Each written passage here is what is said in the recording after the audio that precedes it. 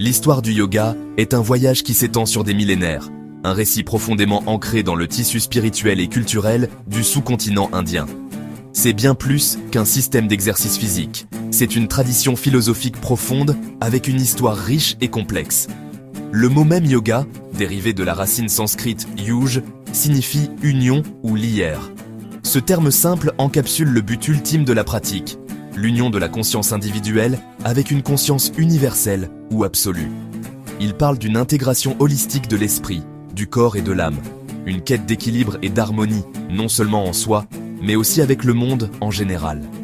Cette quête a guidé les chercheurs pendant des milliers d'années, évoluant à travers des périodes historiques distinctes, chacune apportant une nouvelle couche à sa signification et à sa pratique. Le récit que nous allons explorer n'est pas celui d'une tradition statique et immuable, mais d'une philosophie dynamique et adaptable qui s'est continuellement réinventée pour répondre aux besoins de chaque nouvelle ère. Pour comprendre le yoga aujourd'hui, il faut d'abord apprécier la profondeur de ses origines. Il n'est pas apparu pleinement formé en un seul instant, mais s'est développé progressivement sur une immense période de temps. Ses racines les plus anciennes sont enveloppées dans les brumes de l'Antiquité, bien avant que des textes écrits ne codifient ces principes.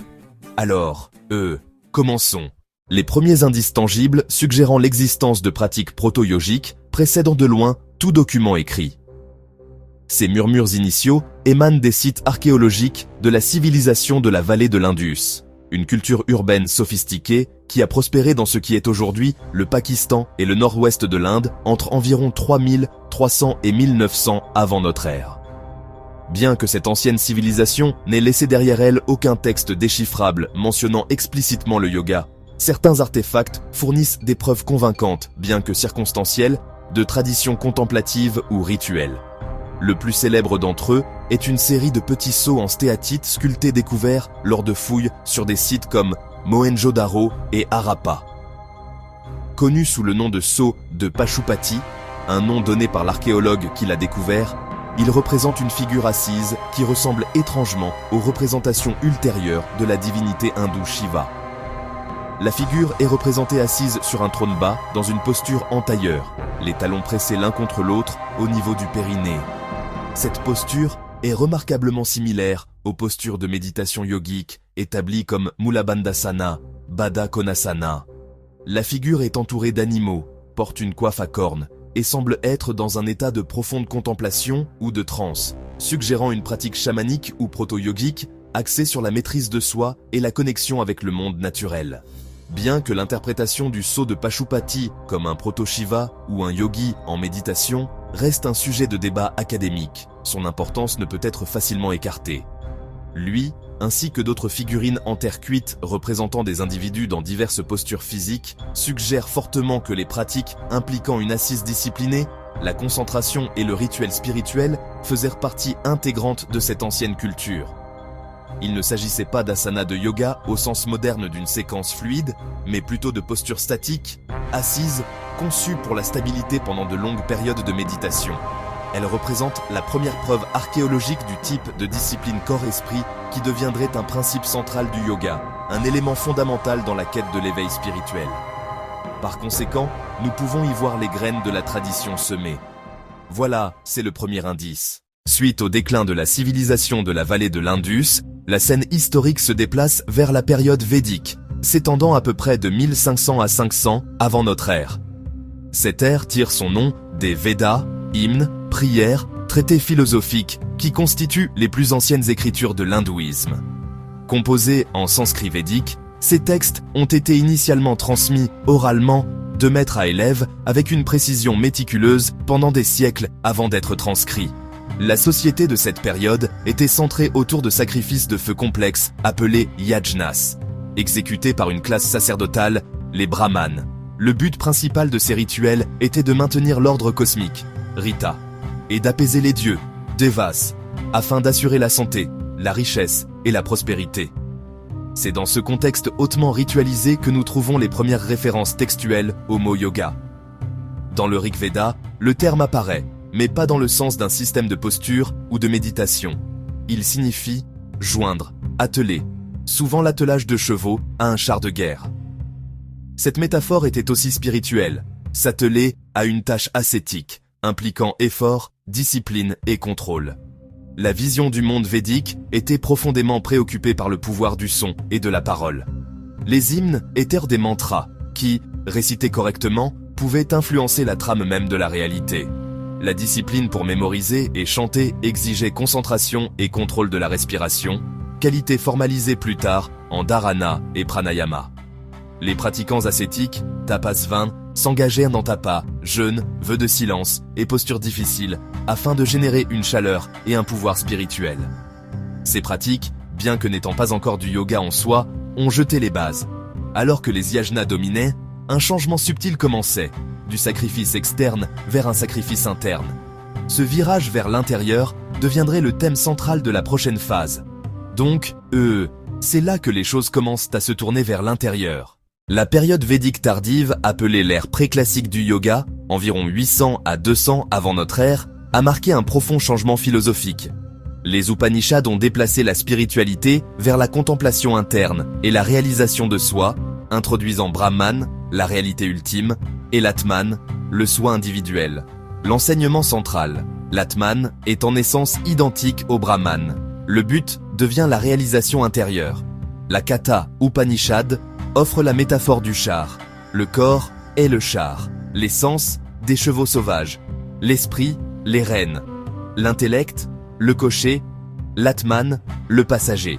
Le yoga est le processus par lequel l'intellect apprend à contrôler l'esprit et les sens pour permettre au soi d'atteindre sa destination ultime.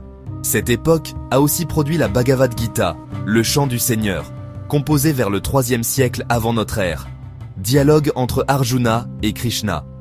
Krishna transmet un enseignement sur la vie, le devoir et la libération, synthétisant des idées et décrivant 3 chemins du yoga. Karma yoga, agir sans attachement au résultat. Bhakti yoga, amour, abandon et dévotion. Jnana, yoga, connaissance par étude, contemplation et auto-investigation. Les enseignements de Krishna ont démocratisé la quête.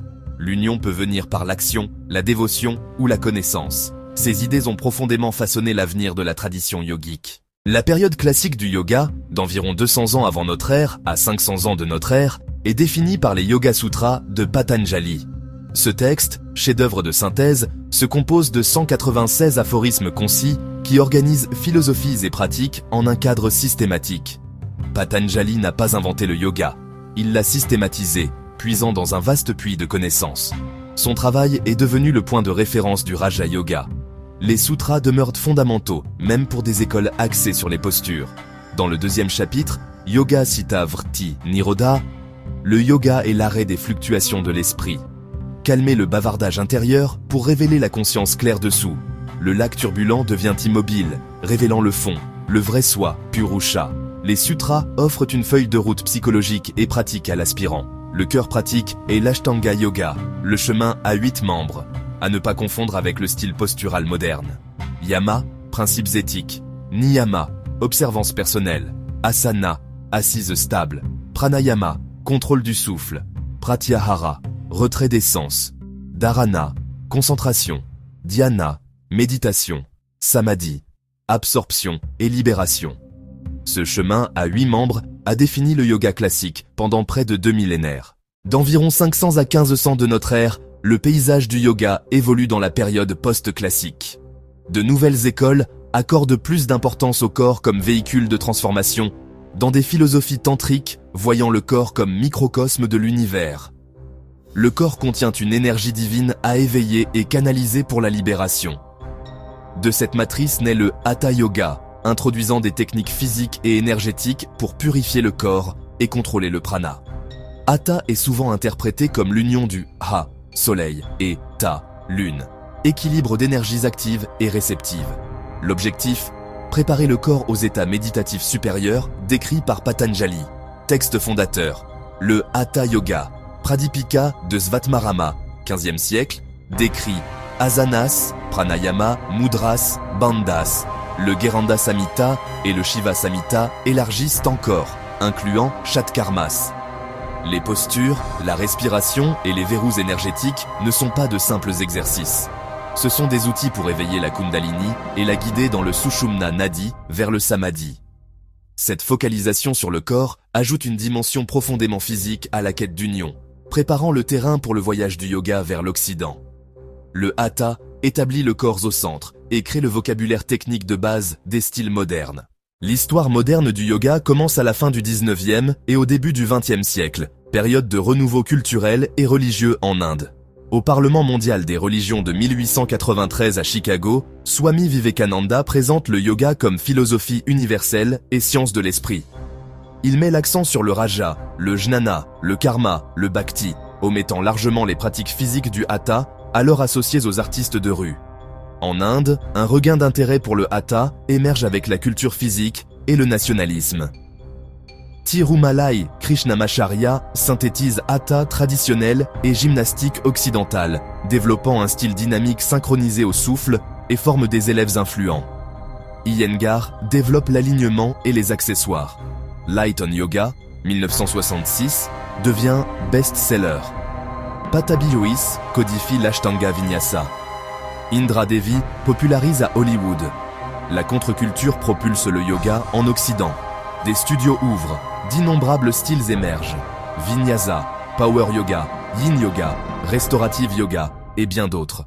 Aujourd'hui, le 14 octobre 2025, le yoga est un phénomène mondial.